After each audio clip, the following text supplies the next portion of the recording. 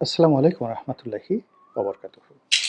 সম্মানিত দর্শক, জাতীয় নাগরিক পার্টি এটি একটা যাকে বলা হয় উদ্বোধনী অনুষ্ঠান করেছে এবং তাদের যে আত্মপ্রকাশ রাজনৈতিক দল হিসেবে সেটি তারা করেছে ঢাকার মানিক মিয়া এভিনিউতে। বিশাল জাঁকজমকপূর্ণ অনুষ্ঠান। কেউ বলছেন শত কোটি টাকা খরচ গিয়েছে, কেউ বলছেন কয়েক কোটি টাকা খরচ গিয়েছে। ঘটনা যাই হোক না কেন, অনুষ্ঠানের যে জাঁকজমক, মঞ্চের যে জৌলুস এবং যেভাবে সারা বাংলাদেশ থেকে লোকের সমাগম ঘটানো হয়েছে, সেক্ষেত্রে অনেক কথা বাতাসে ভাসছে এবং এগুলো একটু অযৌক্তিক নয়। সবাই প্রশ্ন করছে যে এই ছাত্র যারা একেবারে নবীন, কিছুদিন আগে যাদের প্রায় সবারই অবস্থান ছিল ম্যাথসের, এবং এরা সবাই দরিদ্র পরিবারের সন্তান, বড়জোর নিম্ন মধ্যবিত্ত পরিবারের সন্তান।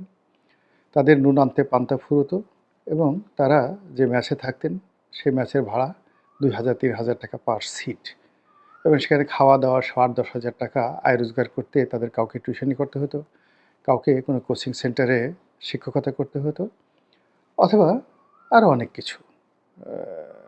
এগুলো করে তাদের জীবন নির্বাহ করতে হতো। কিন্তু তারা হঠাৎ করে এই গত ৬-৭ মাসে দামি দামি গাড়িতে চলছেন। তাদের সবার পরনে খুব দামি দামি পাঞ্জাবি। একেকটা পাঞ্জাবির দাম ৫০, ৬০, ১,০০,০০০ টাকাও হতে পারে। অনেকে দামি ঘড়িও হয়তো কিনেছেন, অনেকে বিয়ে করেছেন এবং বেশ ভালো পরিবারে বিয়ে থা করেছেন। কারণ এই যে একটা সুবর্ণ সময়, এই সুবর্ণ সময়কে কাজে লাগিয়ে তারা খুব বুদ্ধিমানের মতো কাজ করেছেন। জীবনসঙ্গিনী তারা বেছে নিয়েছেন এবং ভালো, ভালো পরিবারে তারা আ বিয়ে করতে পেরেছেন। এরপর তারা একটা সমাজের সঙ্গে সম্পর্ক করেছেন। যে অভিযোগ আসছে সেটি হলো তাদেরকে অনেকে ভালোবাসেন। ভালোবেসে তাদেরকে গাড়ি ব্যবহার করতে দেন ১ টা, ২ টো, ৩ টে, ৪ টে, ৫ টা, এবং তাদের জন্য বিভিন্ন ধনবান বা শিল্পপতি যারা রয়েছেন, তারা তাদেরকে গাড়ি দেওয়ার জন্য এতটা উদগ্রীব যে তারা আসলে একটা গাড়ি একবারে বেশি ব্যবহার করতে পারেন না। সকালে লেদুর গাড়ি ব্যবহার করলেন, বিকালবেলা ধলা, তারপরে রাতের বেলায় চন্দনের গাড়ি ব্যবহার করলেন। আবার তারপরের দিন হয়তো নতুন সেট আসলো। একটা সেই কফি হাউসের আড্ডার মতো। এই যে তাদের যে একটা বর্ণালী জীবন, এই জীবনের রহস্য কী? এ রহস্য আমরা সবাই জানি এবং এটা নিয়ে আমাদের অনেকের হয়তো চোখ টাটাচ্ছে। কিন্তু বাস্তবতা হলো যে এরকম ঘটনা আওয়ামী লীগের জীবনে ঘটেছে, বিএনপির জীবনে ঘটেছে, জাতীয় পার্টির জীবনে ঘটেছে। আচ্ছা, এরশাদ যখন জাতীয় পার্টি করলেন তখন তো তিনি সেনাবাহিনীর একজন প্রধানরূপে কত টাকা বেতন পেতেন? ওই আমলে ২০,০০০, ২৫,০০০, নট মোর দ্যান দ্যাট। তো তিনি এই টাকাগুলো কিভাবে পেলেন? এবং তিনি শুধু টাকা পাননি, তিনি বিএনপিকে টাকা দেওয়ার চেষ্টা করেছেন, আওয়ামী লীগকে টাকা দিয়েছেন, টাকা দিয়ে নির্বাচনে এনেছেন। তো আওয়ামী লীগকে শোনা গেছে যে ৮৬ সনে নির্বাচনে আনার জন্য তিনি প্রায় ৩০ কোটি টাকা একসাথে ক্যাশ দিয়েছিলেন। তো একইভাবে যদি আওয়ামী লীগকে নির্বাচনে আনার জন্য ৩০ কোটি টাকা দিয়ে থাকেন, তো অন্য যারা আওয়ামী লীগের সহযোগী এসেছিল জামাত থেকে, অন্য দলগুলো, তারা কোথায় টাকা পেয়েছিল? তাদের কি টাকা দেওয়া হয়েছিল? কিংবা এইবার আপনি চিন্তা করুন যে সর্বশেষ 1/11 এর আগে বিএনপি তো জাতীয় পার্টিকে কেনার জন্য টাকা দেওয়ার চেষ্টা করেছে। আবার শেখ হাসিনা জাতীয় পার্টিকে কিনে রেখেছে সবসময়। ২০১৪ থেকে কন্টিনিউয়াসলি কিনে রেখেছে। বাই ক্যাশ, বাই কাইন্ড, বিভিন্নভাবে। এবং এটা নতুন নয়। একটা সময় দেখা গেল আমরা জিয়াউর রহমান সাহেবকে ব্যক্তিগত জীবনে সৎ হিসেবে জানি। আসলেই তিনি সৎ। কিন্তু রাজনীতি করতে গিয়ে তিনি টাকা পেয়েছেন কোথায়? কেন তিনি বলতেন, "মানি ইজ নো প্রবলেম"? তো এই জিনিসগুলো নিয়ে যদি প্রশ্ন করেন, কাদা ছোড়াছুড়ি করেন, তাহলে দুর্গন্ধ বের হবে। সবার পেটের মধ্যেই আবর্জনা রয়েছে। সবার বগলের মধ্যেই দুর্গন্ধ রয়েছে। কাজেই খুব বেশি সাধু সাজার দরকার নেই। এখানে মূল ব্যাপার হলো তারা এখন ক্ষমতার ছড়ি ঘোরাচ্ছেন। তাদেরকে টাকা দেওয়ার লোকের অভাব নেই। এই মুহূর্তে আপনি তারা মানে তো বিএনপি আওয়ামী লীগের মতো নয়। যেমন শোনা যাচ্ছে যে এস আলম গিয়ে লন্ডনে অমুকের সাথে দেখা করেছেন। তারপরে এস আলম সেই অমুকে গাড়ি দিয়েছেন। দেখা গেল সালাউদ্দিন সাহেব জেল থেকে বের হয়ে আসছেন বা ইন্ডিয়া থেকে এসছেন, এসে এলাকায় যাবেন। তার গাড়ি, তিনি যে গাড়িতে করে চড়বেন সেই গাড়িটা এস আলমের গাড়ি। তো এরকম ঘটনা তো ঘটছে। এখন এই এস আলমকে যদি এই ছাত্ররা আ দিতেন, মানে যাকে বলে আশ্রয় দিতেন, প্রশ্রয় দিতেন, সামিদ গ্রুপকে দিতেন, বসুন্ধরা গ্রুপকে দিতেন, তাহলে তাদের টাকার অভাব হতো? এই ৩টা ডিলেই তো তারা অন্ততপক্ষে ১০-২০ হাজার কোটি টাকা এখান থেকে নিয়ে নিতে পারত এবং তারা যদি বলতো যে আমরা আমাদের যে সম্মেলন এটা আমরা মঙ্গল গ্রহে করব এবং মঙ্গল গ্রহে কীভাবে করব? ইলন মাস্কের যে স্পেস এক্স এটাকে আমরা ভাড়া করে মহাশূন্যে যাব অথবা মঙ্গল গ্রহে বসে এই সম্মেলন করব এবং সেখান থেকে লাইভ টেলিকাস্ট করে দেখানো হবে। আপনারা জানেন যে ডক্টর মোহাম্মদ ইউনূসের সঙ্গে এই অতি সম্প্রতি মিস্টার ডোনাল্ড ট্রাম্পের যে দক্ষিণ হস্ত ইলন মাস্ক তার একটা কথাবার্তা হয়েছে এবং তার যে ইন্টারনেট কোম্পানি সেই ইন্টারনেট কোম্পানি স্টারলিংক এটি বাংলাদেশে আনার জন্য ডক্টর ইউনূস সর্বোচ্চ চেষ্টা করছেন। যদিও তিনি তার নিজের কোম্পানি বা নিজের স্বার্থ দেখবেন কিনা এটা পরের বিষয়, বাট আনার চেষ্টা করছেন।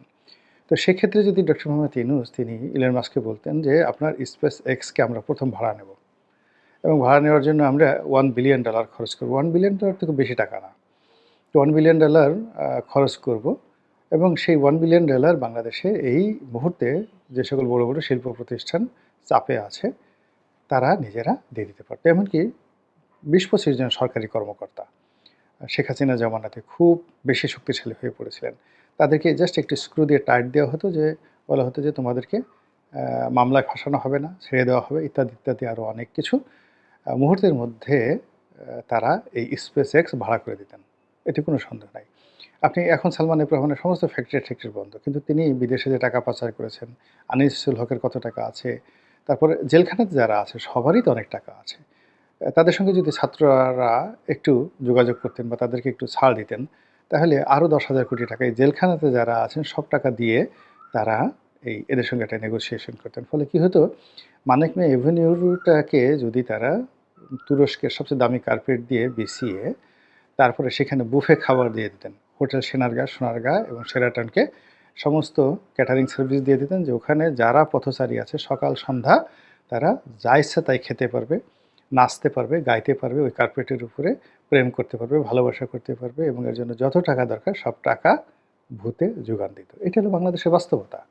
তো এই জিনিসগুলো আমরা জানি, জানার পরে আমরা ছাত্রদেরকে নিয়ে প্রশ্ন করছি তারা টাকা পেল কোথায়। এর চেয়ে নির্বোধ কোনো প্রশ্ন হতে পারে? তাদের টাকা পেলো কোথায়? মানে যেখানে পাওয়ার তারা সেখানে পেয়েছে, আপনার টাকা তো নেয়নি, আপনি তো দেননি। তা আপনি না দিলে আপনি মুখ বন্ধ করেন, অন্যজন যে দিয়েছে তার ভালো লেগেছে দিয়েছে। আপনার যদি ভালো লাগে মসজিদে টাকা দান করতে, আপনি মসজিদে দান করেন। কারো টাকা খরচ করতে ভালো লাগে মদের আসরে, কেউ জুয়ার আসরে টাকা খরচ করে, কেউ সন্ত্রাসে টাকা খরচ করে, কেউ বডিগার্ড 10-12টা বডিগার্ড নিয়ে ঘোরাফেরা করতে তার ভালো লাগে। তো এরকম ছাত্রদেরকে টাকা দেওয়ার জন্য অনেক মানুষ দাঁড়িয়ে আছে, অনেকের ভালো লাগে, তারা দিয়েছে। এখন কারা দিয়েছে? দেশের লোক দিতে পারে, দেশের বাইরে দিতে পারে।